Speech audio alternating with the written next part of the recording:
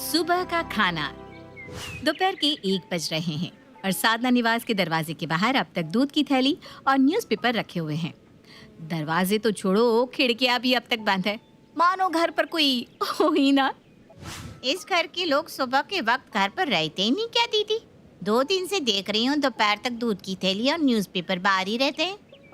तू अभी आई है ना, इसलिए तुझे पता नहीं। सभी लोग घर के अंदर ही है। 2 बहुएं हैं, सास ससुर भरा पूरा परिवार है। पर आदत ऐसे कि पूछो मत। 1 बजे के पहले इन लोगों की आंख नहीं खुलती, तो दूध की थैली अंदर करे कौन? जी बिल्कुल सही सुना आपने। साधना निवास एक ऐसा घर था जैसा घर आजकल की हर लड़की अपने सपने में देखती है।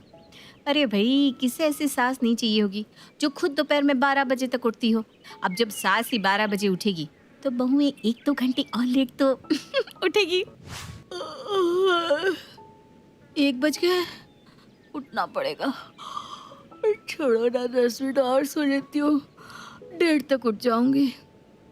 1 बज रहा है साधना, उठ भी जाओ। कौन है भाई? कौन बोल रहा है सुबह सुबह? आप यहाँ क्या कर रहे हैं? अरे हाँ, मैं भूल गई, ये आपका भी कमरा है। बड़ी जल्दी उठ जाते हैं आप भी। जाइए, दूध आ गया होगा, चाय बनाकर पी लीजिए, मैं सो रही हूँ। वो तुम्हारा स्पेशल दूध वाला भी तुम्हारी तरह है। सुबह से बिना चाय के बैठा हूँ मैं। ठीक 1:05 पर ही दूध की थैली बाहर रखता है। तो मैं क्या करूँ? रोज 12 बजे उठती हो, आज 1 बज गया है। कल से 4 बजे उठना और उसके बाद सीधा रात में, ठीक है? 1 भी बज गया? अरे पता ही नहीं चला। जरा सी धूप नहीं है, कैसे पता चले कि 1 बज रहा है? ठंड कितनी है। उफ, मुझे तो लगता है सारी दुकानों को बंद कर देना चाहिए। अब जब सूरज देवता ही नहीं निकलेंगे तो हम लोग अपने घरों से निकल कर क्या करेंगे, है कि नहीं? सूरज देवता अपने सही समय पर उठकर आसमान में अपनी किरणें फैला चुके हैं, पर किरणों को देखने के लिए आपको भी तो इस बिस्तर और रजाई को छोड़कर अपने चरण कमलों को धरती पर रखना होगा। दोपहर की 1 बजे अलार्म की आवाज से सुमन की आंखें खुलती है। उठने का समय भी हो गया, अभी अभी तो सोई थी। क्या जीवन है, आदमी 2 घंटे चैन से सो भी नहीं सकता। ये थी साधना निवास की आम सुबह, जहां सास और बहुएं 1 बजे तक किसी तरह से बिस्तर को छोड़ने के पहले सोच विचार कर रही थी कि बिस्तर छोड़ा जाए या नहीं। दरवाजा खोलकर सुमन बाहर रखी दूध की थैली और न्यूज़पेपर को अंदर लेकर आती है। न जाने ये कौन सा न्यूज़पेपर मंगवाती हो तुम तीनों, कि जाकर एक बार उठा भी लूं तो पढ़ ना सकूं। चुगली एक्सप्रेस, ये कौन सा पेपर हुआ भाई, जिसमें न्यूज़ के नाम पर ये डेटा होता है कि किस घर की बेटी कब भागी, किसकी शादी किससे होने वाली है। तो सरकार क्या फेर बदल कर रही है? वही तो रहता है, किस जगह में कौन सा कुआं खोदने वाला है। उसे देखकर हम लोग क्या करेंगे? ए बहू, मेरे लिए कॉफी बनाना, चाय पीने से वजन बढ़ रहा है। सोने से वजन नहीं बढ़ रहा होगा ना, तुम्हारे बिस्तर पर तो वो ऑटोमेटिक फैट चूसने की मशीन लगी हुई है ना। सो जाओ और दिमाग के साथ फैट भी खत्म हो जाएगा। आप ही क्या पापा जी, जब देखो मम्मी से कोई ना कोई बात पर बहस करते रहते हैं। मुझे तो लगता ही नहीं कि करण और प्रेम भैया आपके ही बेटे हैं। देखिए दोनों किस तरह आराम से पैर फैलाए सो रहे हैं। मैं उन्हें जाकर उठा आती हूँ मम्मी जी। यहाँ स्कूल गए हुए बच्चे वापस अपने घर आने लगे हैं। कुछ लोग तो दोपहर की नींद भी लेने जा रहे होंगे। और अभी हमारे घर के सुपुत्र साधना पुत्र श्री श्री 108 करण और प्रेम 14 घंटे की नींद लेकर उठेंगे। मेरा मतलब है कि उन्हें उठाया जाएगा।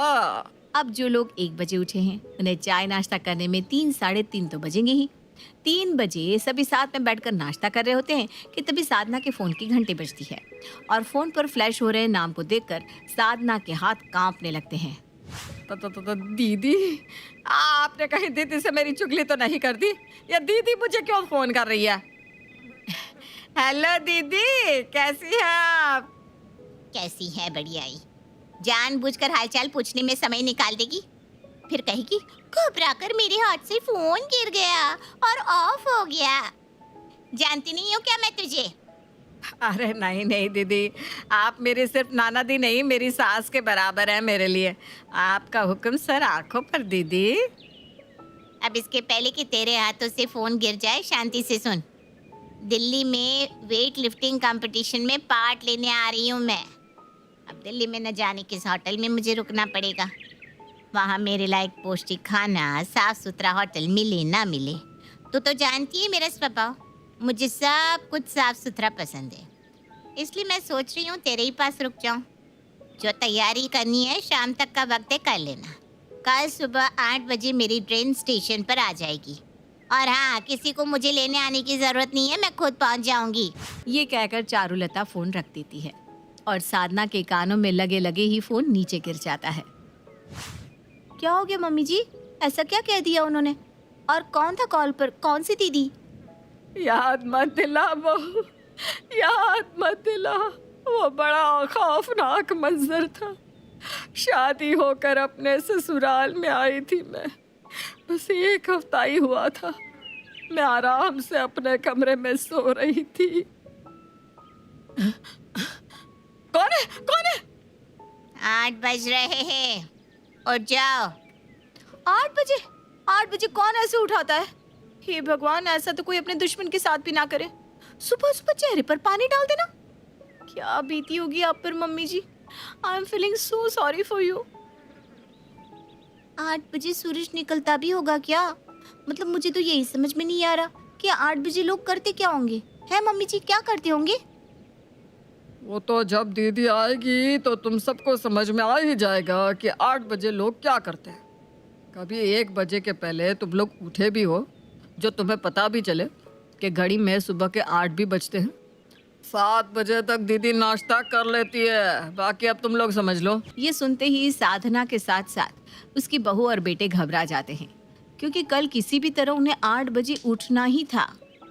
आखिरकार चारुलता जो आने वाली थी, और क्या था। सुबह 3-4 बजे तक सोने वाले साधना निवास के लोग आज 10 बजे ही सोने के लिए तैयार हो जाते हैं।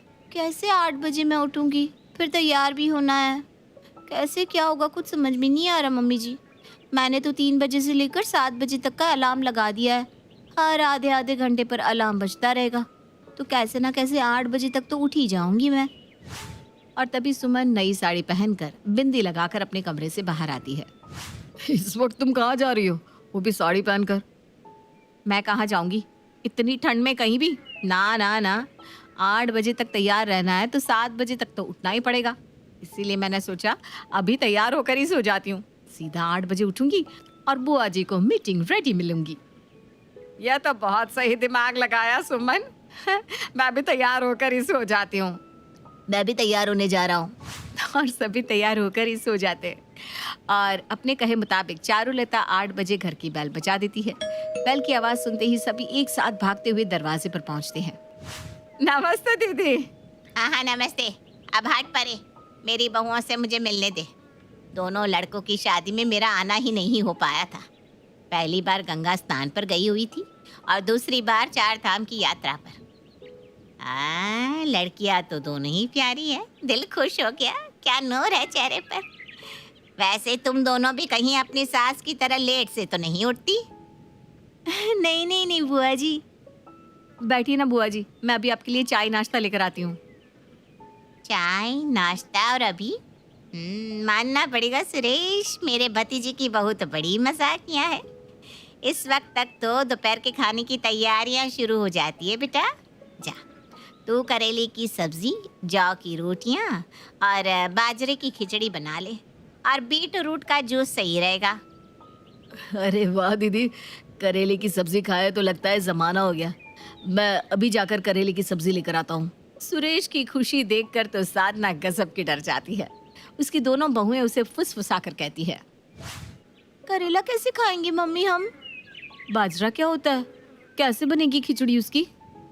अब जिन लोगों को ये भी नहीं पता कि बाजरा होता क्या है, वो कैसे बनाएंगे बाजरे की खिचड़ी। पर किसी तरह सुमन और शालू किचन में जाकर खाना बनाने की कोशिश करने लग जाती है। ये लाल लाल टमाटर जैसा क्या है दीदी? आई गेस ये कोई वैरायटी है ऑरेगोनो की। क्या लगता है तुझे? मुझे लगता है ये लाल आलू है। मैं तो सोच रही हूँ इसके पकोड़े तल लेते। हाँ ये भी सही है। और किसी तरह दोनों बहुएं मिलकर बनाती है बाजरे की रोटी, जौ की खिचड़ी, करेले की सब्जी और बीट रूट के पकोड़े, साथ में टमाटर का जूस। ऐसा खाना जो चारुलता बिल्कुल भी एक्सपेक्ट नहीं कर रही थी। पर चारुलता हेल्दी खाने में इतनी वैरायटी देखकर गदगद हो जाती है। दोनों बच्चियां मेरे सामने आओ। चारुलता अपने दोनों हाथों से एक एक सोने का कड़ा खोलकर दोनों बहुओं के एक एक हाथ में पहना देती है। जिंदगी में पहली बार बीटरूट के पकोड़े खाए हैं मैंने। यही तो है घर और बाहर के खाने में अंतर। बाहर कहाँ मिलता मुझे बीटरूट का पकोड़ा। और जौ की रोटी तो खाई थी, पर जौ की खिचड़ी भी बनती है मुझे नहीं पता था। क्या खाना है, अमृत है अमृत। इस खिचड़ी को खाना है कि पीना है?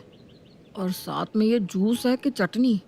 इसको किसमें मिलाना है? और ये हरा भरा क्या है? मुझे लग रहा है ये जो लाल लाल है ना, ये दाल है, और साथ में जो खिचड़ी है वो चावल की जगह बनाई होगी शायद। और ये दोनों को मिलाकर खाना होगा। और करेले को ऊपर गार्निशिंग के लिए दिया है, धनिया पत्ते की तरह। अरे पता ही नहीं चल रहा है कैसे क्या खाना है। तुम दोनों क्या बातें कर रहे हो? खाने के वक्त बात नहीं करनी चाहिए। और साधना, तो ये चम्मच से क्यों खा रही है? 5 उंगली दी है ना भगवान ने, ये भी 5 चम्मच ही है। खा इसी से। हाथों से खाने से अच्छी तरह से पचता है। चलो अब सब भगवान को याद करो और अच्छे से खाओ। और हाँ, खाने का एक दाना भी थाली में नहीं रहना चाहिए। चारुलता को आए अभी मुश्किल से 4-5 घंटे भी नहीं हुए थे कि उसने साधना निवास का पूरा माहौल ही बदल दिया। ठंड बहुत ज्यादा हो रही है नहीं दीदी? थोड़ी देर का मार सीधी कर लेती हूँ। हाँ मम्मी जी, चलो ना, बहुत ठंड हो रही है, थोड़ी देर हीटर में बैठते हैं। मुझे देख, एक पतली सी कॉटन की साड़ी पहनकर तब से घूम रही हूँ। मुझे क्यों ठंड नहीं लग रही? ठंड उन्हीं लोगों को लगती है जो कोई काम नहीं करते। ठंड लग रही है ना? चलो उठो तुम तीनों और घर की सफाई में लग जाओ। ये दीवारों पर इतनी धूल कैसे है? घर में सब कुछ नौकर पर छोड़ दोगे तो आलस के कारण शरीर में 100 बीमारियां होंगी। उससे अच्छा खुद ही काम कर लो। साधना, जा तू छत साफ कर। शालू, तू बाहर आंगन साफ कर। और सुमन, तू पूरा हॉल साफ कर। और तुम दोनों लड़के सुबह से दोनों दुकान क्यों नहीं गए? दुकान क्या स्टाफ के लिए खोल रखी है? चलो उठो, दुकान के लिए निकलो। हे भगवान, तेरा लाख लाख शुक्र है। मुझे तो विश्वास ही नहीं हो रहा कि आज मेरे दोनों बेटे दुकान पर जा रहे। वाह भगवान वाह, सबका दिन फिरता है। और दोपहर के 1 बजे तक सोने वाले साधना निवास के लोग आज दोपहर का खाना खा पी कर काम पर भी जा चुके थे। ये था चारुलता का जादू। बुआ सास ऐसी आई कि सभी की सांसें फूल गई। अब इतना काम करने के बाद किसे ठंड लगने वाली थी? और इसी तरह पहला दिन तो निकल जाता है। थके हारे सभी लोग घास फूस खाकर सो जाते हैं। साधना अपने कमरे में सो रही थी कि तभी किसी आवाज से उसकी आंखें खुलती है और वो क्या देखती है कि पॉइंट की ड्रेस पहनी उसकी बड़ी ननद सीटी बजा रही है। हाँ, चल 2 मिनट तेरे पास है, तैयार होकर बाहर आ जा। मेरे दोनों भतीजे और बहुएं बाहर तैयार होकर आ चुके हैं, बस तू ही बाकी है। हम मॉर्निंग वॉक करने जा रहे हैं, जल्दी उठ। रात के 4 बजे? अरे दीदी, अभी तो रोशनी भी नहीं आई। अंधेरे में हम कहाँ जाएंगे? और बाहर कितनी ठंड है, कहीं हमारे मुंह से झाग ना आ जाए। मम्मी जी ठीक कह रही हैं बुआ जी। मुझे तो लगता है अगर मैं बाहर गई तो सिकुड़ी हुई कहीं गिरी हुई मिलूंगी। आज छोड़ देते ना बुआ जी, या फिर हम थोड़े लेट से चले, या फिर शाम को चलते हैं। हाँ, मैं दरवाजे के बाहर खड़ी हूँ, अभी 4 बज रहे हैं। 4-5 तक सभी के सभी मुझे बाहर मिलने चाहिए। जिन लोगों को पता भी नहीं था कि सुबह 4 बजते भी हैं, आज उन लोगों को सुबह 4 बजे दिल्ली की कपकपाती ठंड में जॉगिंग सूट पहनकर वॉक पर जाना पड़ रहा था। साधना के साथ उसके दोनों बेटे, बहुएं, पति सभी चारुलता के साथ वॉक पर निकल जाते हैं और 2 घंटे की लंबी एक्सरसाइज के बाद सभी घर वापस लौटते हैं। शरीर में अब वो जज्बा नहीं रहा दीदी, वरना पहले तो एक गांव से दूसरे गांव पैदल चला जाता था और अभी 8-10 किलोमीटर में ही थकावट सी हो गई। अभी मिट जाएगी थकावट। जाओ सभी नहा धोकर तैयार हो जाओ, नाश्ते का समय हो गया है। मैं आज तुम लोगों के लिए स्पेशल नाश्ता बनाती हूँ। जाओ रेडी होकर आ जाओ। 2 घंटे की लंबी मॉर्निंग वॉक एक्सरसाइज के बाद घर आकर कोई सोफे पर तो कोई बिस्तर पर बेहोश पड़ा था। और उसके बाद चारुलता उन्हें कहती है कि जाकर तैयार होकर आओ। कैसे संभव था? पर किसी के पास कोई दूसरा चारा भी नहीं था। अपने हाथ पैरों को किसी तरह उठाकर सभी बाथरूम में जाकर एक एक कर तैयार होकर आते हैं और सामने प्लेट पर उन्हें परोसा हुआ मिलता है पपीता और साथ में करेले, अदरक और खीरे का जूस। ये क्या है बुआ? एक तो ऐसा खाना और वो भी इतना कम। ये एक्स्ट्रा तेल मसाला भुना हुआ खाना खाने के कारण तुम सभी के शरीर की ये हालत हो गई है। पपीते को खाओ, इससे शरीर में ताजगी महसूस होगी। और ये जूस बस 1 गिलास पी लो, ऐसी तरंग आएगी कि तू खुद बोलेगा कि बुआ वॉक पर चले। करण और चारुलता बात कर ही रहे थे कि प्रेम टीवी ऑन करता है। ये खाने के वक्त टीवी किसने चालू कर दिया? जा सुरेश, टीवी बंद करके आ। खाने के वक्त तुम लोग टीवी देखते हो, यही कारण है कि तुम सबका शरीर इतना कमजोर हो गया है। अब जल्दी जल्दी नाश्ता करो और सब अपने अपने काम पर लग जाओ। मानना पड़ेगा दीदी, तुम्हारे आते ही सभी की हरकतों में बदलाव आ गया है। सबकी घड़ी का काटा जो उल्टा चलता था अब सीधा चलने लगा है। मैं क्या कहता हूँ दीदी, कल जब वॉक पर जाएंगे ना तो पेड़ पर चढ़कर फल भी वहीं से तोड़ लेंगे, शरीर की थोड़ी और एक्सरसाइज हो जाएगी। दीदी को एक बार जाने दीजिए, फिर बताती हूँ आपको। अब जो सुबह 4 बजे उठा हो वो थक हार कर 8 बजे तो सो ही जाएगा ना। साधना निवास में जहाँ लोग रात को 1 बजे डिनर करके सुबह 3 साढ़े 3 बजे तक सोते थे, वहाँ आज सभी खा पीकर 8 बजे खुद ही अपने कमरों में सोने चले गए। टाइम पर सोने के कारण सभी की आंखें खुद ब खुद 4 बजे तक खुल जाती है और सभी रेडी होकर हॉल में आते हैं। ये दीदी कहाँ गई, दिख नहीं रही? लगता है आज दीदी को उठने में देरी हो गई। नहीं मम्मी, मैं तो अभी बुआ के कमरे से ही आ रहा हूँ।